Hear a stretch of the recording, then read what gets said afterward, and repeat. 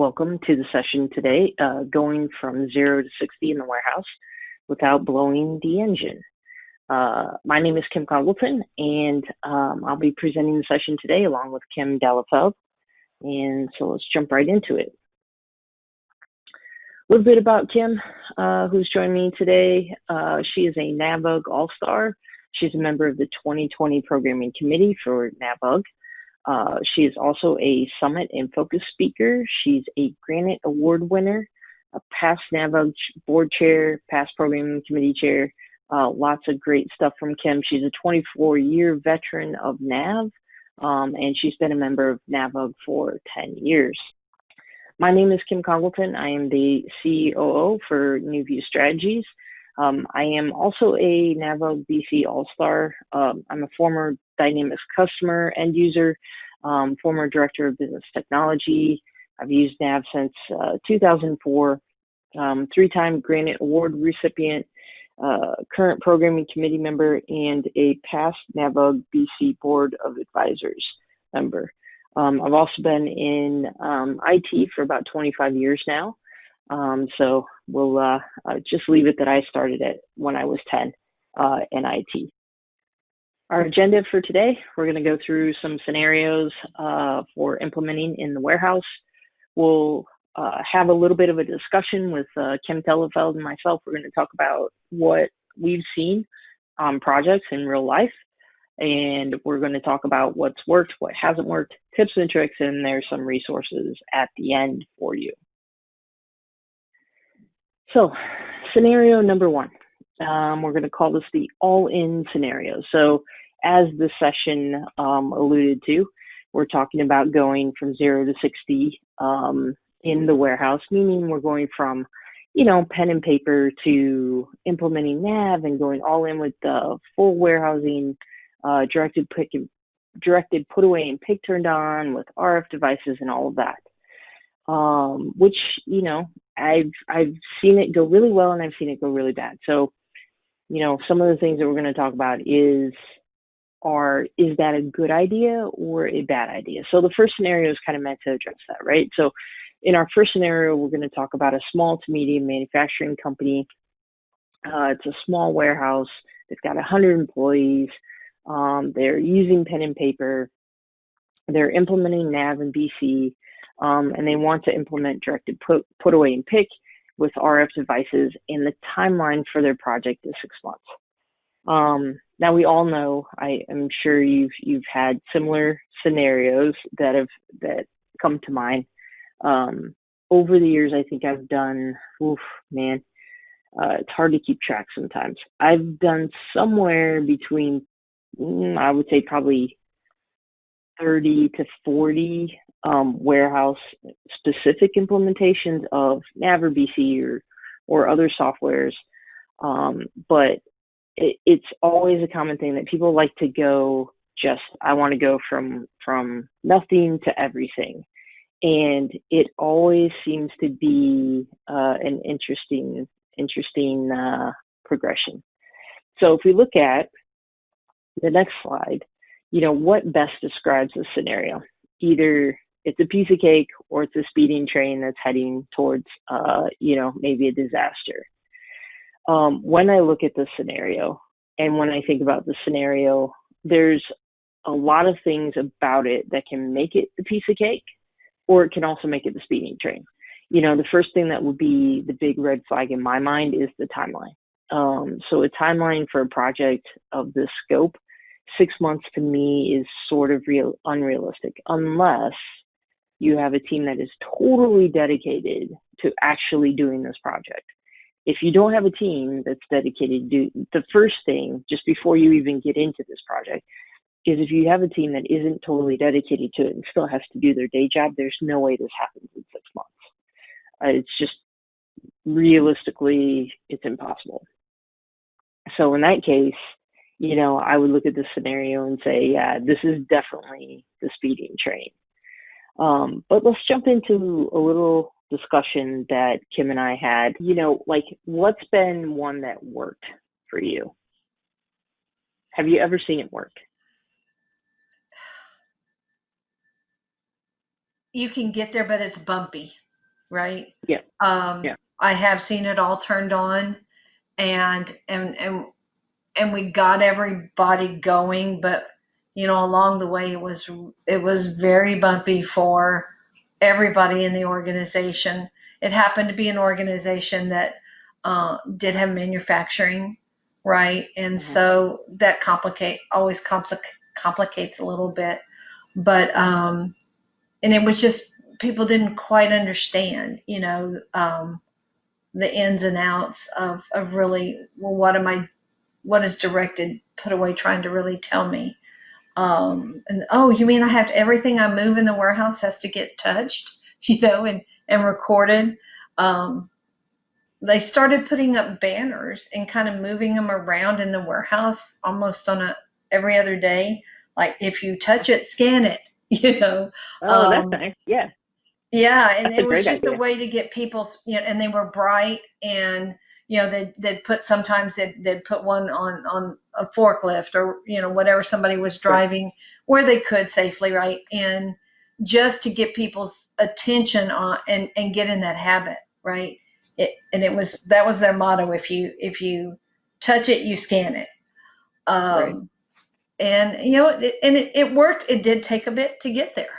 Um, Yep. I think that's the biggest thing, is if you can work through it, you're going to get there. Yeah. I think What about for you? me, yeah, for me, I've been involved in like projects that have been kind of a train wreck.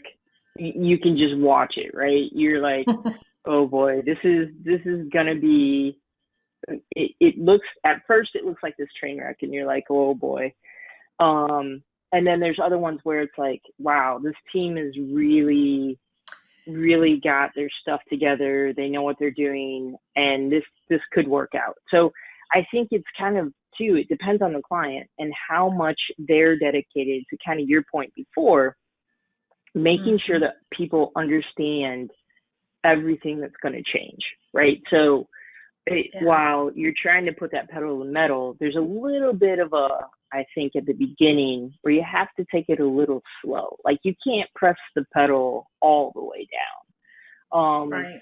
And I think that's where I've seen it like actually work, where there's a very, very good or great management team that's in place, Yep. and they're really good at communicating. Like, and I always say it's always going to be the top down, right? It's always going to come from the top. If the It's top very doesn't true. support the project, forget it. It's not going to go well.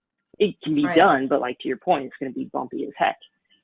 Right. But I think like if you have strong leaders and they're invested in this vision that we're going to move from pen and paper, and we're gonna make this investment, and we're gonna go all in on the RF and the directed pick and put, um, then it helps, right? And then I think the first kind of part of that project is sitting down with everybody and making sure they understand. Once you've kind of went through the process to design the solution and say, here's what it's going to be. And you start doing those first workshops where they actually get to touch the system and feel it, like Mm-hmm. making sure it's really clear. Okay, this is what it means if I work in receiving, and this is now how my job is going to be different. Making sure they understand that, they understand the why. That's always the thing Mm-hmm. that sometimes doesn't get communicated. But making sure they understand that and they buy in. And then I also, I think it's critical then that there's multiple times where they actually get to work through those scenarios, right? Oh, Um, absolutely. The management, and their commitment is, it's invaluable, right? You almost yeah, can't do it. You can't do it without it, right? yeah, yeah, And I also think, and we say it all the time about any piece you're implementing, but it's testing, testing, testing, because we can teach users, here's what you do, and they learn those steps. You know where they get stumped? where, Oops, I did it wrong. yeah, What yeah, I do, yeah, or, well, it was supposed to be this much, but when we counted it, it was that much, and you know, yeah, and, And so it's Yeah. all, how do you work through the troubleshooting? How do I work through Yeah. those? And man, if you don't do that testing, then those speed bumps get even bigger, right? Hmm. So, but yeah, I can't say enough about having that strong leadership and commitment, somebody really driving it on the, even at the day-to-day level. Management is for it, and then you've got the layer of the people who really understand, and they can help out, their fellow employees. And man, if you've got that, you can definitely do it from the whole kit and caboodle at one time. Not Yeah. every company is that lucky. Oh yeah. No, and I think that's yeah, yeah. I mean, and you brought up an interesting point about testing. So what I like to do when we have like a warehouse project, I like to actually figure out, is there a way we can go out in the warehouse and walk through real life scenarios in the warehouse, right? So, once we get to the point where like, since they were on pen and paper, maybe they had to go out and get new labels, barcode labels for the locations. Um, maybe we had to label some items, but trying to figure out like, how can I set up a semi-realistic, you know, scenario out in the warehouse where we can all walk out on the floor and we can say, okay, we've got 30 minutes right now to just play around. You got, here's the instructions for the pick, and here's the instructions for the put away, and, teaming up people and saying, okay, here's your gun. You guys go do this. Go play around, get Yeah. stuff, break it. And it's amazing. Like, you'll watch people who, they'll kind of start like, there'll be one or two people that's maybe really maybe better at technology, and so it's kind of fun to watch them kind of try and help everybody else if you've got like that strong solid team. Hmm. So like, I like to have sessions like that. Oh What yeah, yeah, yeah. it's really huge. I So mean, it really is. Um, mhm, Sometimes, when you're demoing or you're training or you're helping and you make a mistake, and yeah, I like to say, I did that on purpose. Now, do you know what I do to fix it? yeah, Because we all make exactly. mistakes, right? Even Yeah, when you're trying to help somebody and you're supposed to be training. So if you make the yeah, mistake, it's like, yep, I'm going to show you how we fix it. yeah, yeah. And No, it, yeah, it and works it's really well. yeah. I've tried to like actually start building in some like causing errors, Yeah. but it gets pretty hard to do that. But there's a Yeah. couple, there's a couple you can do. And yeah, no, that's a great technique to kind of draw them out. The one thing too, though, I will say that also is maybe sometimes we don't always think about it.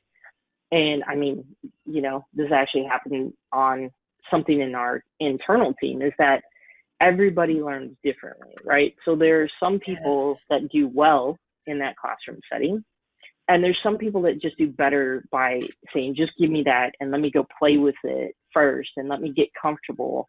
And then I'm more comfortable in like a group setting. So I also like to kind of make sure there's an area where they can go where people can just play with it on their own. I like to call it the war room.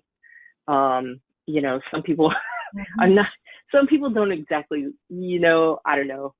We're not really fighting a war, but it's kind of that room where you're going to go in and really dig in and figure out how to solve the problems. And, this is Yeah. where all the action is going to meet the road. But, whatever you want to call it, just a place where you've got some handheld set up, you've got some barcodes on the wall, and that, and you've got like some computers where they can, if they have something they have to do on a computer or a tablet or something that they can just play around with. Because I find that also helps having, for those really people that are self-directed learners, Mhm. that can make all the difference. Because some people just don't do well in group settings, and that's okay. Right. No, absolutely. And sometimes we forget to allow for the different kinds of learners, right? And so that's important for sure. Some people like to have a list of things to go test. Some people like to just make it up and give it a try. Um, and it's okay. whatever it takes Yeah. for you to feel comfortable, right? Yeah. And that's really Yeah. it. I mean, I think and we've said it a couple of times, but it's understanding what it is you're doing and how it impacts and how it flows. Because everybody wants to do a good job. Um, they don't want to mess the person up that comes behind, the next step in the chain through the system. But sometimes they just don't know or just don't understand. Oh, well, I just did that because that field was there. Well, yeah, let's don't do that anymore. Whatever it might be. Yeah. And that's what I find is people they want to do it right, but Mhm. they don't just want to be thrown in. So that's where that all that kind of training that you can allow Yep. and support. But, Yeah. so yeah, I really think it's important the the training, the testing. That's good management, top level on down, right? Support, and you can go from 0 to 60 in one fatal swoop, right? Yeah. Um, I would say that's more often than not, though, Kim, and you can disagree with me, but I think more often than not, doing it all in one swoop doesn't work. Yeah. It's just most companies aren't lucky enough to have that kind of tiered support. So the second scenario, kind of like what Kim and I talked about, is kind of the staggered approach, and this is kind of a longer timeline, and this is just kind of throwing out there what it could look like. Fill in the gaps on however many months you want to go, and it's kind of depends on the team that you have, and how many people you're talking, how many transactions, how much time the project team has to devote to this. But anyway, kind of what I've seen in the past and what's worked for certain people is to do a phased approach, right? So if all you had was pen and paper before, you had one guy that just kind of knows, there's always like, you'll go into a warehouse and they're like, oh yeah, Bob, he's the human WMS. He's the human computer. He knows where everything is. He knows where to put the stuff that's going to be empty. Bob's the guy, go ask him about it. So when I walk into that scenario, a lot of times I do like to kind of do the staggered approach, right? So phase one may look like I'm just going to turn on bin mandatory only. Let's get them used to just keeping track of the bins in the system when we receive, when we ship. Let's just start there and let's just see how our inventory is. And a lot of times what you will find is that, they do know where everything is and they are pretty spot on.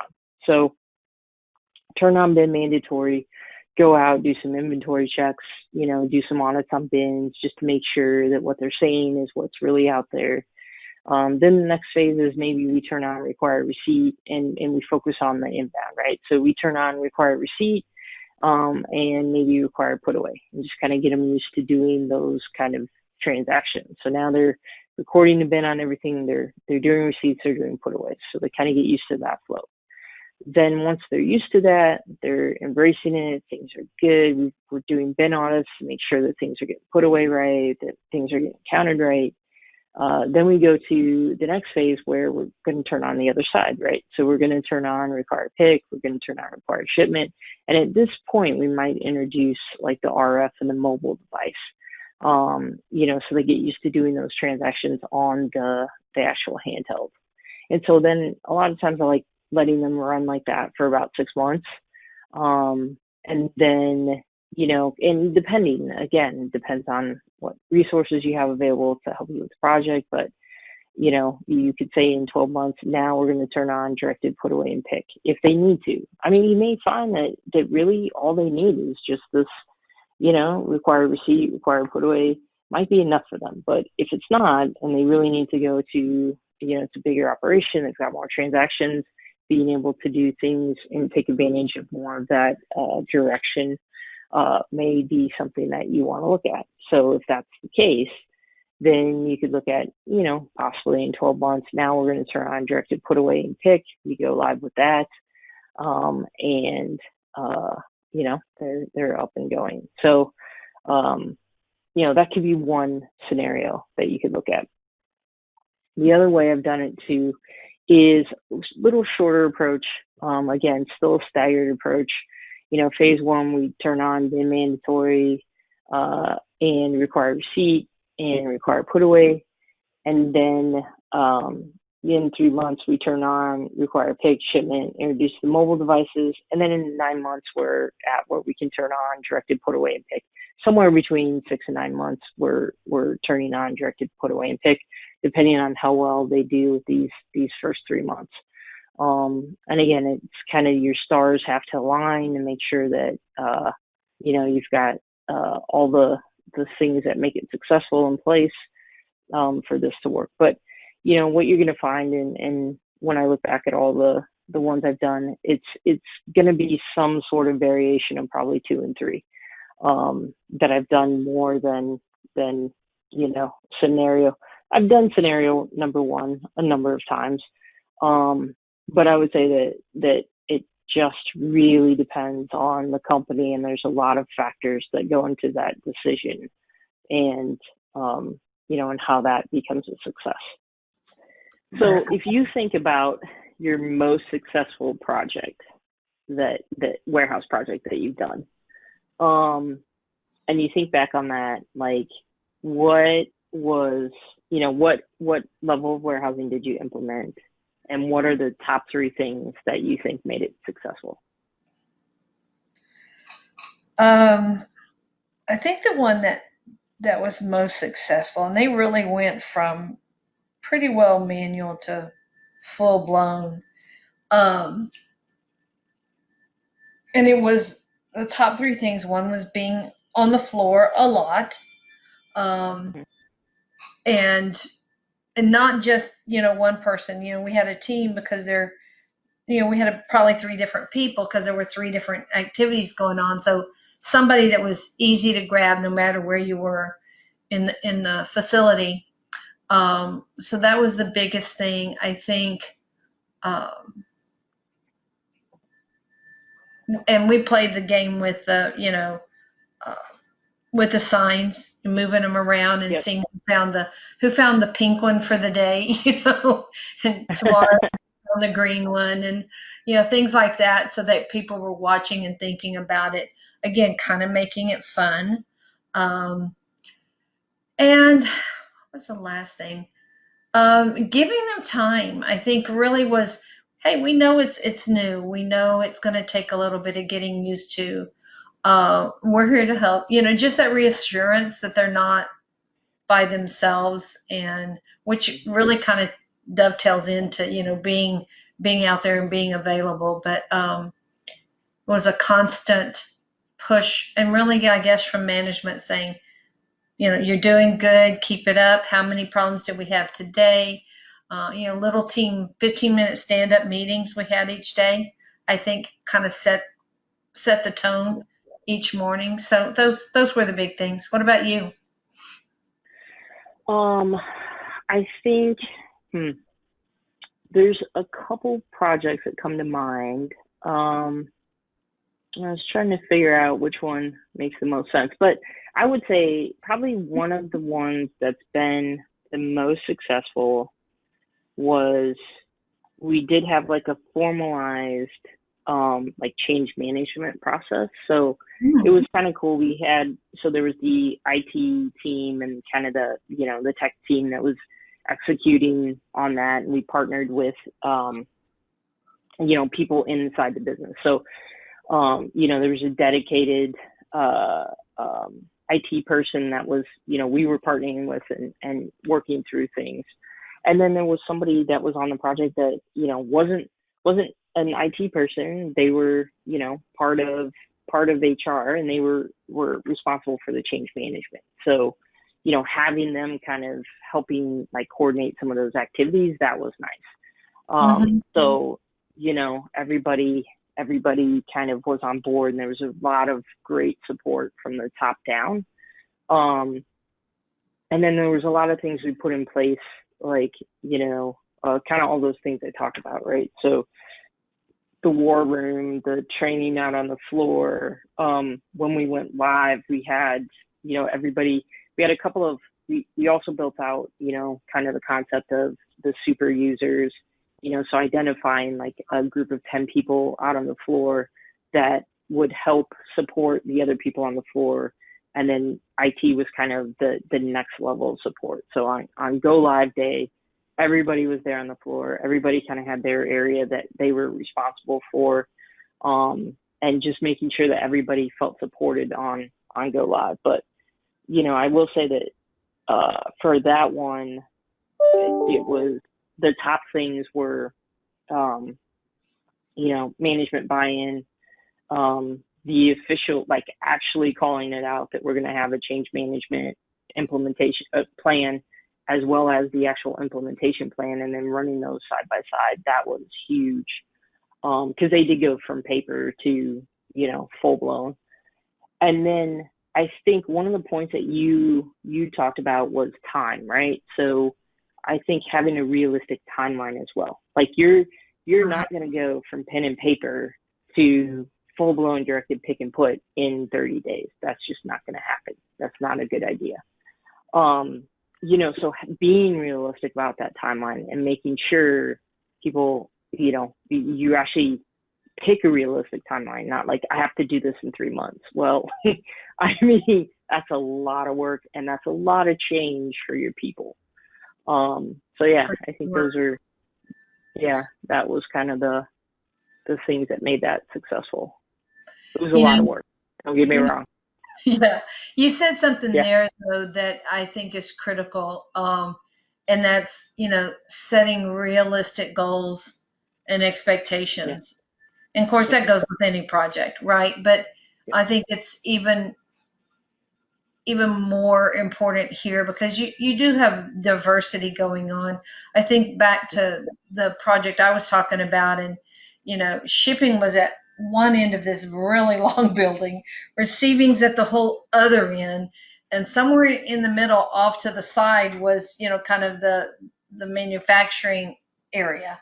And so it, and every place had a different thing. The shipping area was not just shipping big trucks, it was walk-in business too. So every area just had the whole different set of things to go through, and everybody wanted it done yesterday, and really trying to keep the expectations to, okay, what can we improve upon today, and what should go first, and that kind of thing it was a challenge. Like you said, it was a challenge, and of course management's up there saying yesterday.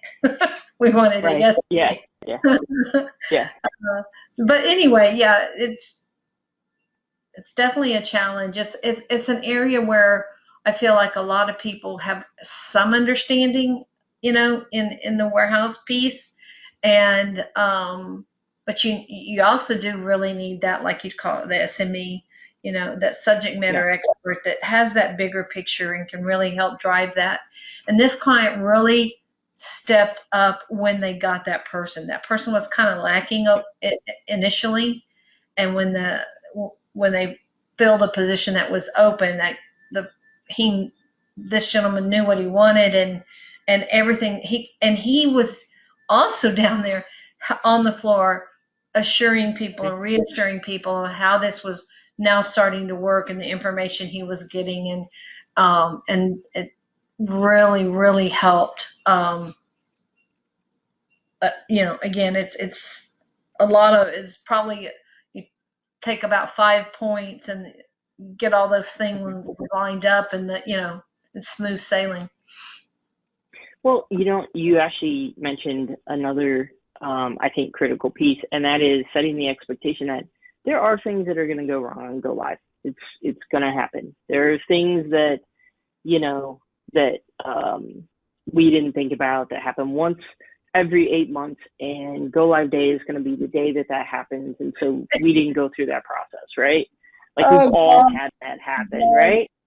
So, I think setting that expectation, and as long as everybody feels confident, because I think that too can make people it can make a go live crazy if everybody's trying to have everything be perfect. Like there has to be this expectation that, okay, things are going to go wrong. We're going to deal with it and we'll get through it, but we're going to get product out the door at the end of the day. And you know what? We're probably going to have one or two things happen that we didn't think about or we didn't plan for, because it's impossible to plan for everything. So, I think where I've had some, go lives where people, I've had some go lives that, management expected everything to be perfect and it wasn't, and then that ended up being a thing. But I think it's really important to give your people permission, and having that conversation with management and the people and saying, look, we have tested, we have trained, we have went through what we believe is like 80% or 90%, 95% of the scenarios that could happen. We think we're prepared. We know how to deal with issues. Here's our plan for who's gonna be the point contact when we have an issue and how we're gonna work through it. But at the end of the day, we have to expect that something is going to go wrong, and we're just going to deal with it as a team. We've got a plan to deal with it, and it's okay. But I think, helping the users understand that, not setting this kind of expectation that everything has to be perfect. Stuff is going to go wrong. It just does. It's very, very, very true. We we don't talk about setting expectations enough, or we talk about it maybe too much and we don't do it enough. Right? Yeah. But it's really, really important, because honestly, if you take the time to set those expectations, pressure is just reduced so drastically, because everybody knows, and when you hit a problem, everybody wants to fix it, and some problems are bigger than others, but still the expectation, it was not, well, it was supposed to run perfectly, and we've had, 5 problems today, no, so that you're right. Expectations. I know something we always need to keep in the forefront of our minds as implementation teams, right, is making sure we communicate that.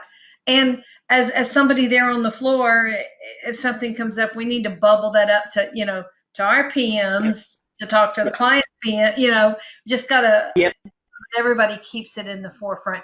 Man, when you do that, everybody seems to be happy, and honestly, fusses about budget aren't as bad, because you've talked about these expectations and the things that you're coming across.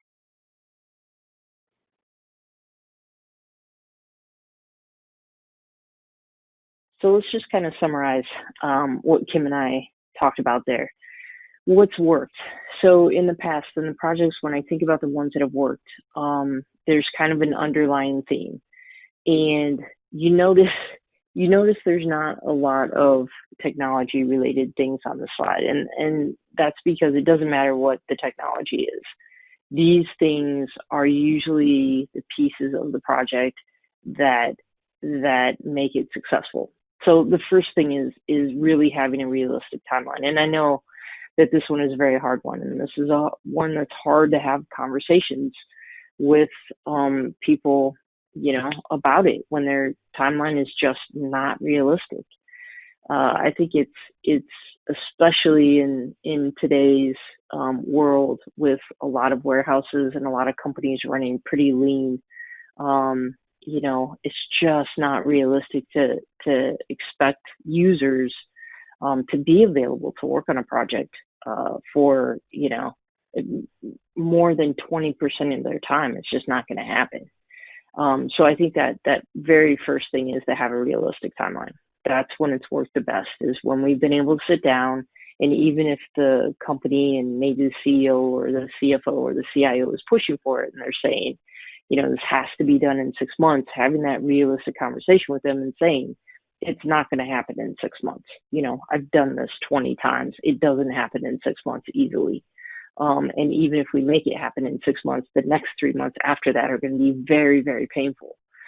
So, as much as we can, pushing for a realistic timeline is always going to make it more successful. So that's the first thing. And the other thing that I've seen across the different, like Kim and I talked about, the different projects we've worked on, is having a team that embraces change.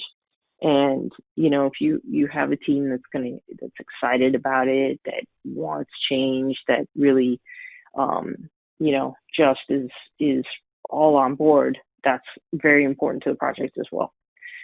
The training plan and resources, I can't stress that enough. Everybody learns differently, like we talked about, and it's really important to have that plan, having those resources available, having a area or a room or somewhere on the floor where they can go, that has like the RF devices, that has a computer where they can actually walk through the work instructions, or try and do things on their own, as well as with in organized meetings. That's key to making a project like this work. The other one is having a clear implementation plan and communicating that plan, clearly to everybody. And I think that's when I look at the ones that have been a success, everybody knows what we're marching towards, and knowing what the next steps are. And it's not a surprise to them. I had one project that I was on where, it was about two weeks before go live, and I was just playing kind of a small part in this project. And, I wasn't the overall project leader or anything like that. I was just playing, a small role as a technical expert. But, we were going out to train the people on the floor 2 weeks before go live, and the people on the floor had no idea that there was a new system that was being put in 2 weeks. So, having a clear plan and sharing that with everybody is key to making it a success as well. And that goes hand in hand with a change management plan. So, kind of that same company, we had brought up in a couple of meetings that, hey, who's in charge of the change management plan? How's that going on the floor? And the customer's like, oh, we got it taken care of, and don't worry about that. That's going really well. And so we were like, okay. And yep, when we walked out and people were like, yep, we're putting in a new system. I mean, that's maybe a sign that your change management plan is not working as well as you thought it was. And the other thing, the key thing is, and I can't stress this enough, is the support from leadership. So if you are going to try and go from pen and paper to directed put away and pick, I can't stress enough that having a strong leadership team that really is driving that change from the top down is so key in making that happen properly. And when I look at the projects that haven't worked well, and I've definitely been involved in some, there's no support in from both sides, right? I've been involved in some that haven't went well as an end user, where I wasn't in charge of the whole project. And then I've also been involved in projects where I was a consultant or a piece of that project team. So I've seen both sides, right? And when I look across all those projects and try and kind of pull through what hasn't worked it well in those, is there's a couple of things, like no support from leadership. That definitely is always going to make things difficult. It's going to make it harder. It kind of gives people the permission to, not buy into the change and to kind of push back on everything. So that can really cause some problems, a lot of problems with the project. Change management, if you go into an organization and you mention change management and it's almost the same as saying a 4-letter word, it's guaranteed it's not going to go well either. Implement directed put away and pick without an RF or mobile device. So I've seen this a couple times where people kind of don't understand that, kind of when you're going to directed put away and pick, if you're processing the documents through the system, manually, how you're going in, you have to create a shipment, you have to create the pick, and you have to process those documents. And if you're doing a lot of those and it's a high volume warehouse, it has to go hand in hand with an RF or a mobile device in my mind, because it makes it easier on the floor. Otherwise you're having people write on paper, then you have to go into an office and you have to, um, process it in an office. I worked at one place where they were behind like 3 or 4 days on receipts, and because they had the volume that was coming in, and they only had like 3 people in the office, and those 3 people, the whole job was the process to put away the receipts and the put aways. And it was just crazy that, it hadn't occurred to them to get like RF or mobile devices. And I'm not sure where that disconnect happened in the project, but I came after that was already in place, and it is just going from pen and paper to going to that. It can seem like a lot of steps. It is a lot of work getting that extra visibility to or getting that extra steps in the process where you can receive it onto the dock and then go put it away, and you can kind of streamline your process. You can have multiple people put it away, etc. But yeah, it's huge to me. I think people can really get wrapped around the axle about how many clicks something will take to do, and they can not really see the value in what those clicks actually give you, right? So there's a lot more information now that you get if you're doing directed put away and pick. But if you're doing that through the computer and not on a handheld, it definitely is going to seem like more work. It's it will really kind of turn people off to the whole thing. And I've seen it where it makes people like hate the system because they now have to go do all this stuff in the system. Where if you were to implement it with an RF or a mobile device, now you've got something that's very easy that they can use on the floor, that you can process transactions in real time. Because that's another piece of this, right? If you're putting in a system that's replacing pen and paper, but yet you're not getting to where you're doing real-time transactions or having real-time view into your inventory, it can just be crazy. So that's one thing that always, I don't ever want to put in directed put away and pick without a mobile device in a warehouse that has a lot of transactions. Now, it's one thing if maybe they're doing like, it's a small place, they don't have a lot of transactions, but they need the added visibility to where things are because maybe they're dealing with some inventory that's high dollar value or a lot controlled, serial controlled, or something along those lines. And maybe there's a need, but yet they can still kind of handle, it's only a handful of transactions a day, so they can handle that on a computer or tablet. That's not a big deal. But if it's a place that does a ton of volume, I don't know that I would ever want to do that again. And then again, I can't, we've talked about timelines, and, we all know that it's hard to really, sometimes it's hard to get people to understand that their timeline is unrealistic. I think the best scenario that I like to do is really to kind of give them, all right, this is going to take, I'm just throwing out numbers now, I'm just making stuff up. This is going to take 5,000 hours, or well, let's use a smaller number just so I can do math, right?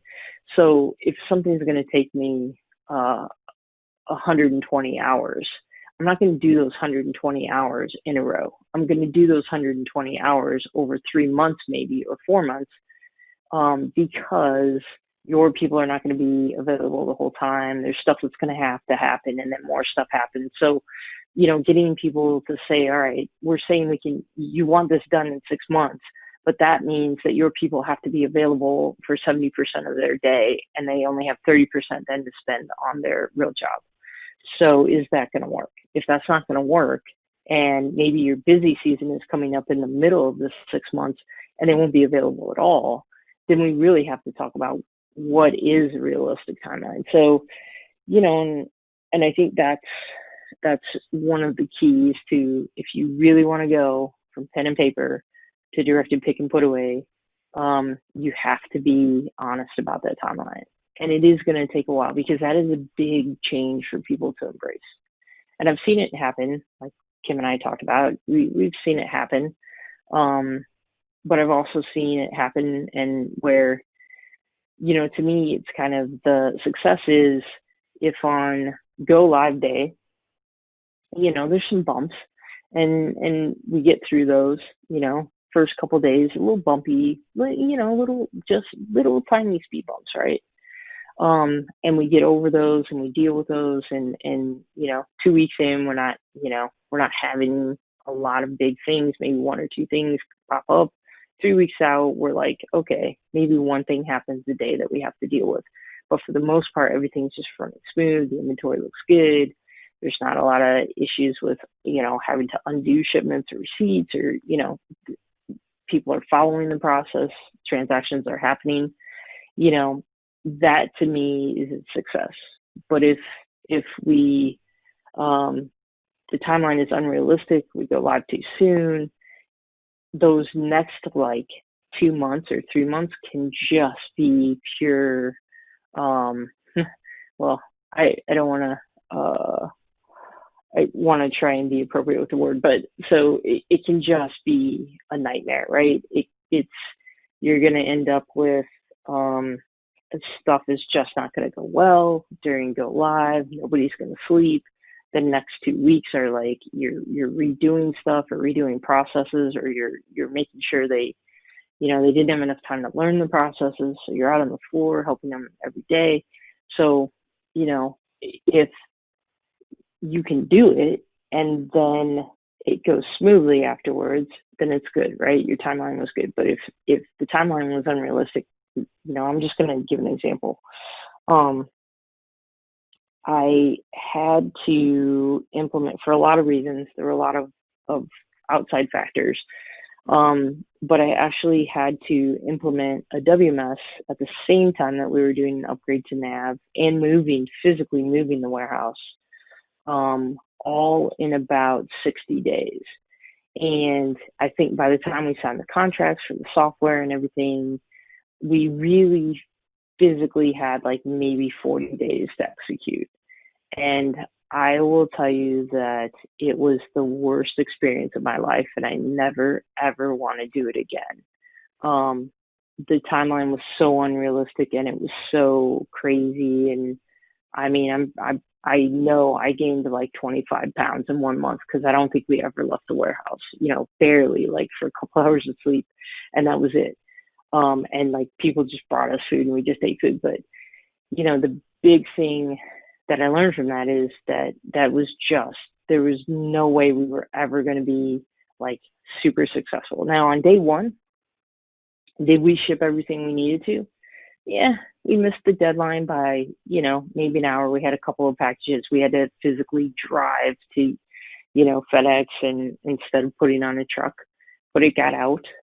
Was the next day better and the next day better? Yeah, but it was a good 6 months before we got, all the kinks ironed out. Things were running smoothly.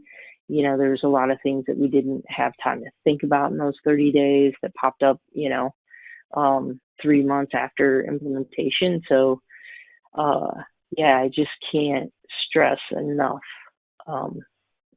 realistic timelines. This next one, some tips and tricks. So, having multiple training sessions, I can't stress this enough. A lot of times people learn in different ways. They get comfortable, especially with different technology. It takes them a lot of, some repetition to get used to that. The training room with resources, again, if you can have that available for the users, whether it's the warehouse or just nav in general, that's always a good idea. Training on the floor, like this one to me is a big one. And especially when you look at going to directed pick and put away. So, like a lot of times what I like to do is be able to kind of mock up some scenarios where we can go out to the floor, we can scan the barcode on the, in test, our guns are pointed to test and we're scanning the bins on the floor, we're scanning the item, we're doing the transaction in test, and that's going through. And so being able to take people out on the floor, and to be able to run through like what their day would look like and have them actually do it out there makes it so much easier. And even if you can't do it on the floor, a lot of times what we'll do is we'll print out a bunch of barcodes and maybe bring in a couple of boxes to like big training room, and we kind of try and mock it up that way. But I feel like if they can go out and do that physically, it really kind of cements the process for them, and then they get familiar with that. The other thing I like to do too is make sure you do spend a day out on the floor. So even at the start of the project, spend the day out on the floor, see what they're doing today, and then, be able to talk to them about how things may change, or, figure out what their issues are. The other thing, monthly update meetings, again, just stressing making sure that you're clear with everybody about what's going on. And another one that I really like, and it's probably the biggest one, especially for a warehouse project, is being able to answer the question, what's in it for me? I do find with a lot of, especially if you're going from pen and paper to now, there's going to be some automation. I can't tell you, every single warehouse and every single warehouse project, there's been at least one or two people that have said, well, what's going to happen to my job? Is my job going to go away? Because now there's automation. Things are going to get more efficient. Am I still going to have a job? So being able to answer that question, what's in it for them, maybe that's, well, now we can increase volume. So you're not going anywhere because now we're more efficient. So now we can increase volume. Now we can sell more. Now we can process more through the warehouse. We can use our space better. All of those things may be the answer to that question, but it's critical to make sure that you let people know what that is. Just got some references at the end. You can check out a couple of different things there. And really do want to thank everybody for your time. And if you have any questions, feel free to contact me. My email is at the beginning of the slides, but you can send me an email if you have any questions or want to talk. Thank you very much.